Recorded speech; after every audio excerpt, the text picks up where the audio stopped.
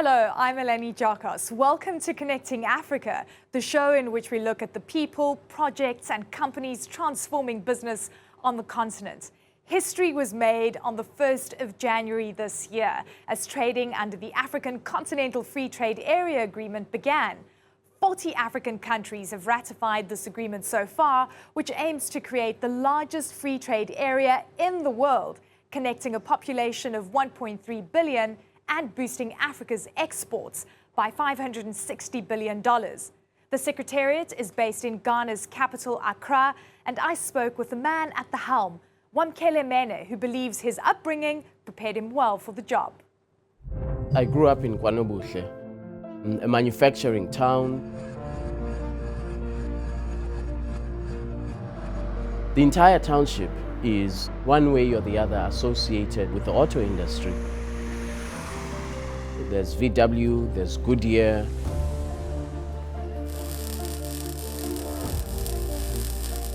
And all of the components for automobiles, all the manufacturers and assemblies. I learned from a very, very young age that trade, and more importantly, from my perspective, exports, does have an impact in people's lives.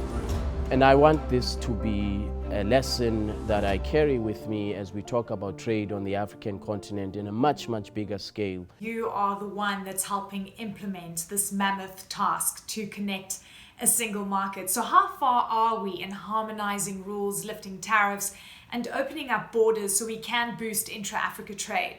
It's going to take time. It's going to take a very long time. I always make the point that it took market integration in Europe over 72 years. It took the Europeans 72 years to get to the point where they are today. And so we as Africans should not expect that this is going to be easy.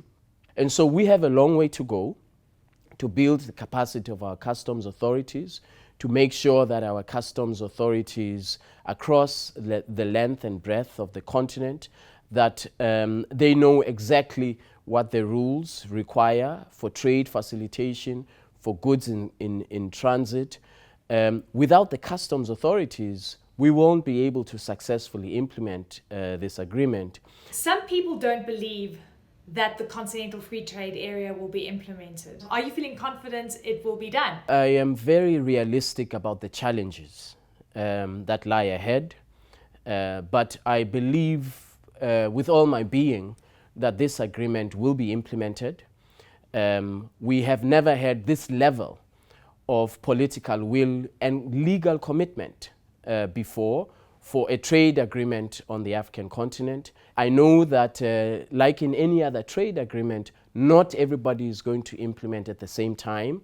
Some countries will move much faster than others. Some countries will have an interest in the services sector. Some countries will have an interest in manufacturing. And so we have to bear all of that in mind. But the most important thing is that we have governments across the African continent who said, yes, we're committed to reducing intra-Africa barriers to trade and to eliminating intra-Africa investment.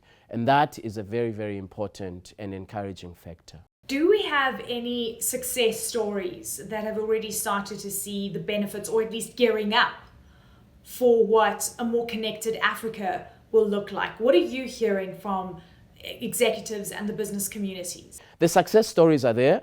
I was in Togo. There's a trade corridor that benefits from the port of Lomé in Togo. And this is something that actually facilitates the enhancement and the benefits that will accrue under the AfCFTA. And so we've reduced the barriers to trade.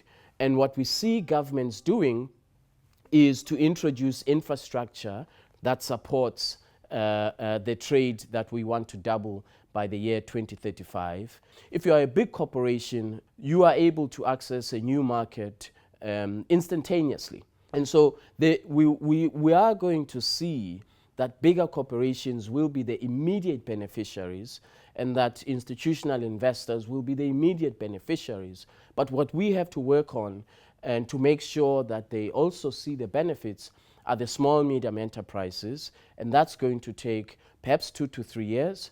We are going to introduce a trade finance facility for small, medium enterprises that are primarily led by women, so that we quicken the period for small, medium enterprises to benefit under the preferences of this agreement. The first goods traded under the deal were carried by sea from a Ghanaian cosmetics company to Guinea. We explore the value of ports in boosting intra-Africa trade next.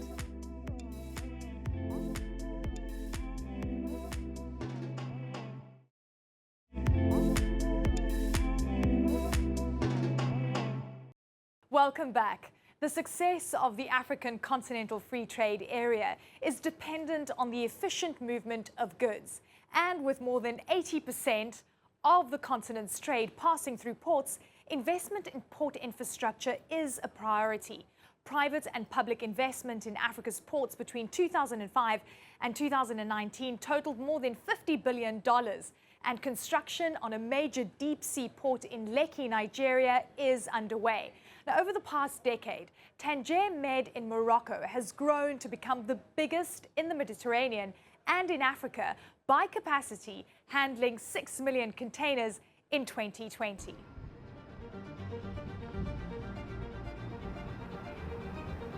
Tanger Med wants to be a hub for Africa.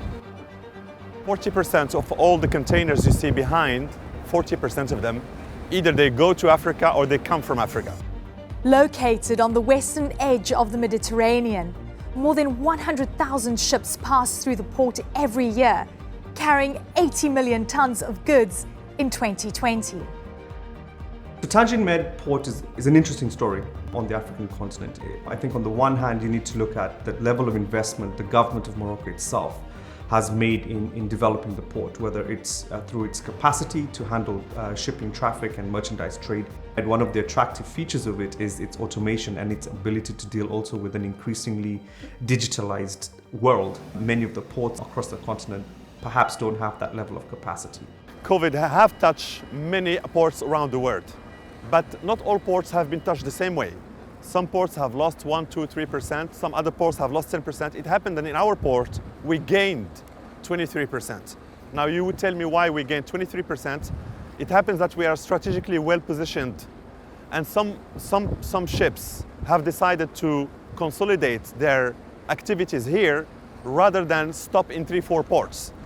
There's room for growth since the port's expansion in 2019, which can now handle up to 9 million containers. But expansion comes with its own growing pains, according to Huari. You have more demand, more trucks, you have customs checkup, you have some controls that have to be done with more cargo, but you have to try to keep all of this fluid without making clients wait. So you have to make infrastructure even bigger to make it even fluider and faster. This is also a challenge. Since the port's inception in 2007, many multinationals have been encouraged to set up manufacturing plants in Tanger's industrial-free zone, which has boosted exports, particularly in the automotive sector. We have managed to attract over 1,000 companies who are recruiting and manufacturing goods going to Africa and the rest of the world, and they have employed over 90,000 people only in the Tanger Med zones.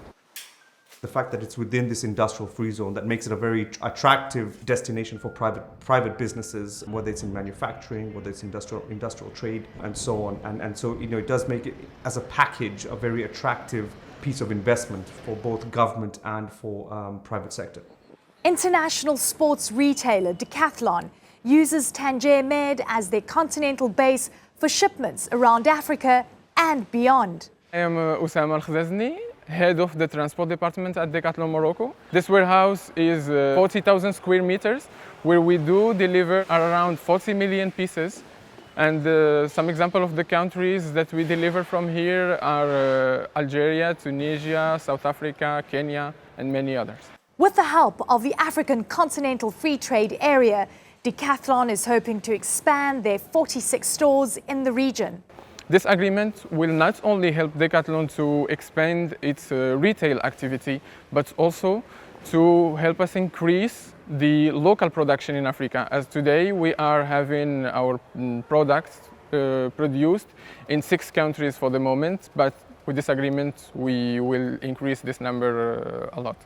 Manufacturing is one of several areas of investment that Braganza believes needs to be in place to boost port development across Africa. Many of the finished goods that come through the ports as imports into the continent, many of the raw materials actually are from the continent. So if we could get opportunities for the economies to actually make some of those goods on the continent and we then export them through these ports, then making the case for port development then becomes very much more plausible and much more convincing. And I think finally it's the interlinkages. For 20 years, one of the big things that has been discussed is increasing transport links across the continent, whether it is air, rail, road, in order to facilitate intra-African trade. You can't see a port development and maritime transport development in isolation. I think they work together with rail, road and air transport and in broader infrastructure development to make sure that the continent can move up the chain that way.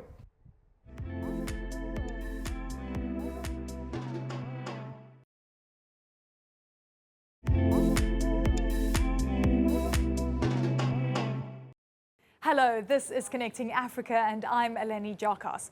Homegrown African multinationals are beginning their march across the continent, stitching together the region and reversing the historic dominance of overseas firms in the process.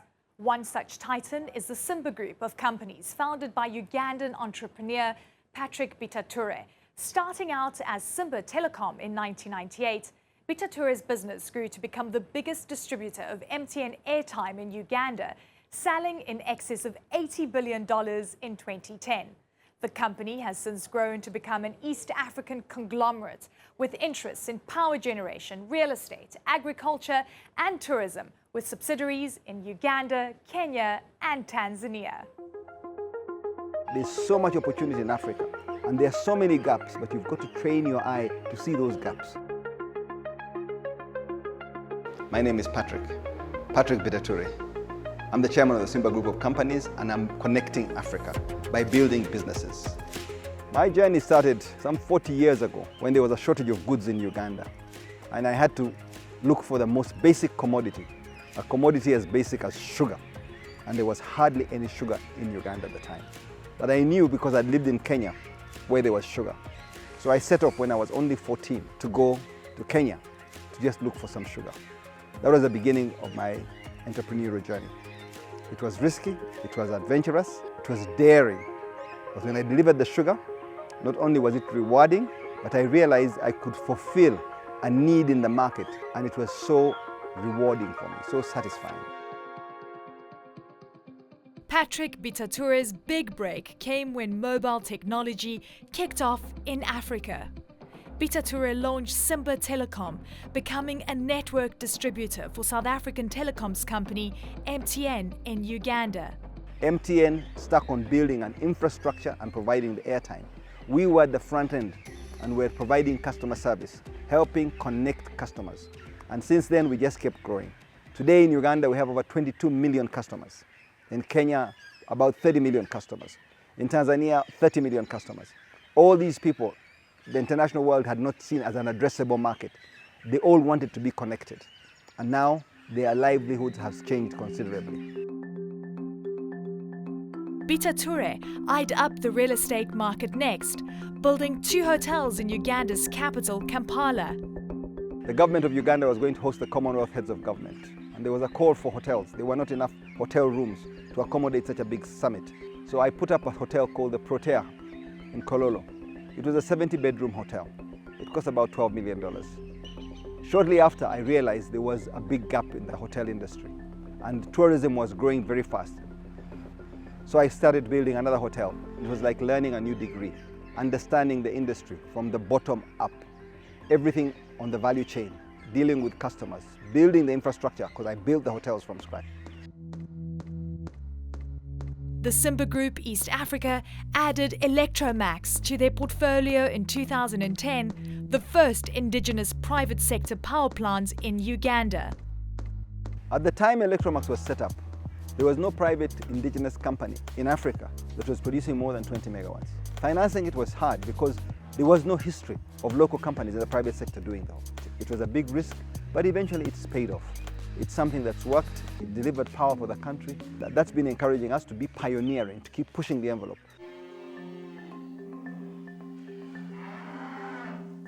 Bitature looked to dairy farming and breeding Holstein Friesian cows, a Dutch breed known for their high milk production. Simba Farms currently operates 2 large dairy farms in Ibanda, western Uganda.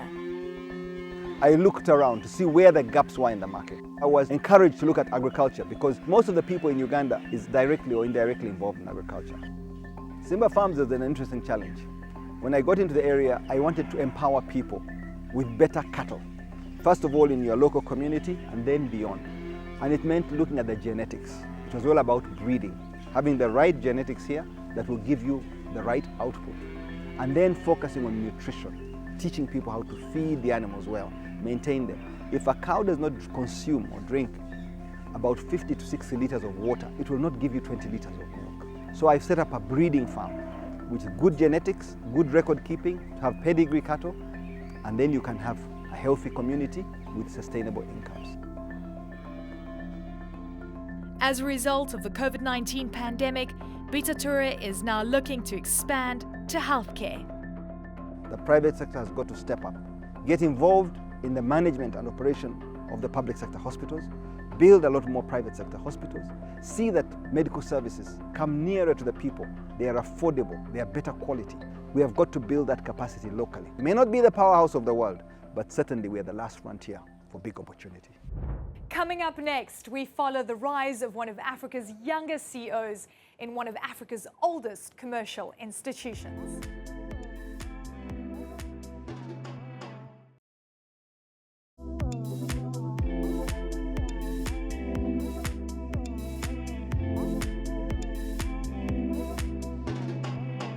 Welcome back. As Africa embraces a new trading era under the single continent-wide market, some of its oldest institutions are also looking to the future, investing in technology and modernizing their financial services.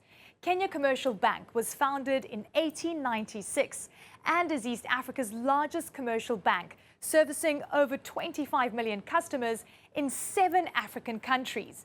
8 years ago, they appointed their youngest CEO in the bank's history. I am Joshua Igera, the Managing Director and CEO of KCB Group PLC. I am connected Africa through simplifying access of financial services and enabling transformation of lives for our communities in the regions that we operate in East Africa. I have always said that as a young leader in our markets, what we want to see is you can be in Nairobi in KCB today and get the same services you get in the largest bank in the world based in Beijing in China, or the largest bank based in New York today in the United States of America. And that's what we're delivering, one center of global expertise in the markets we operate. That is what I give you at the future of the bank. We offer a broad range of services today, and our aim to simplify, make it easier for customers to be able to access financial services, not just banking. We are very much involved in small startups. If you want a business and you want to kick off, we're involved in large construction projects. So bigger projects, we are involved very much on housing development, which is an area of growth here. Mortgages, developments, home ownership, which is a huge asset class for our markets here in the continent. And then very frontline on technology, in terms of changing our businesses. Today, more than 98% of our transactions are fully moved digital.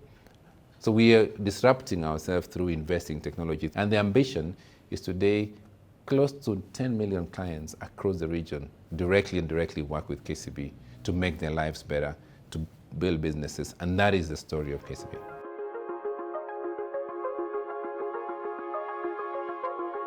We are the only institution that can connect the customer within the East African region. We are in each and every market today in the community. And that's a market of today more than 140, 150 million people. That is the opportunity for an entrepreneur in this market. It used to take us maybe 2 weeks to settle a transaction. Let's assume even if you are just in the region. We are settling through maybe a correspondent bank in New York or London or Germany. Today, you settle same day. Because you see, speed today is really the enemy of the slow. And that for me is what banking is doing by removing the barriers, simplifying the process, availing liquidity across the market. So a lot of the challenges we face today is trade, Yvonne, for us, is largely outside our partners, is largely outside the region. In fact, Africans trades less by itself than it trades with other global partners. This is just a huge conflict. The free trade area for the continent gives you a huge market opportunity. And I see what excites me is through trade, we can increase the level of business. This is potentially 1.2, 1.3 billion people connected, and you can create a market of close to $4 trillion. Yeah, and that's like twice the GDP of the continent.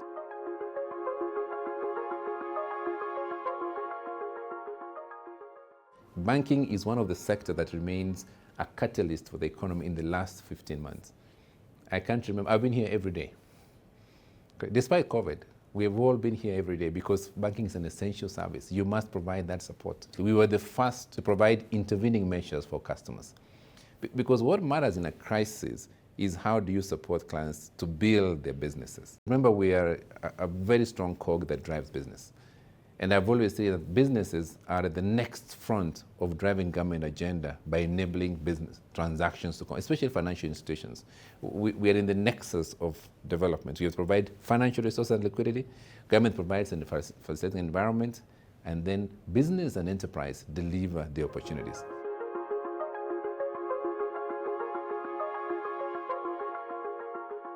There are many things we can say about business and entrepreneurship.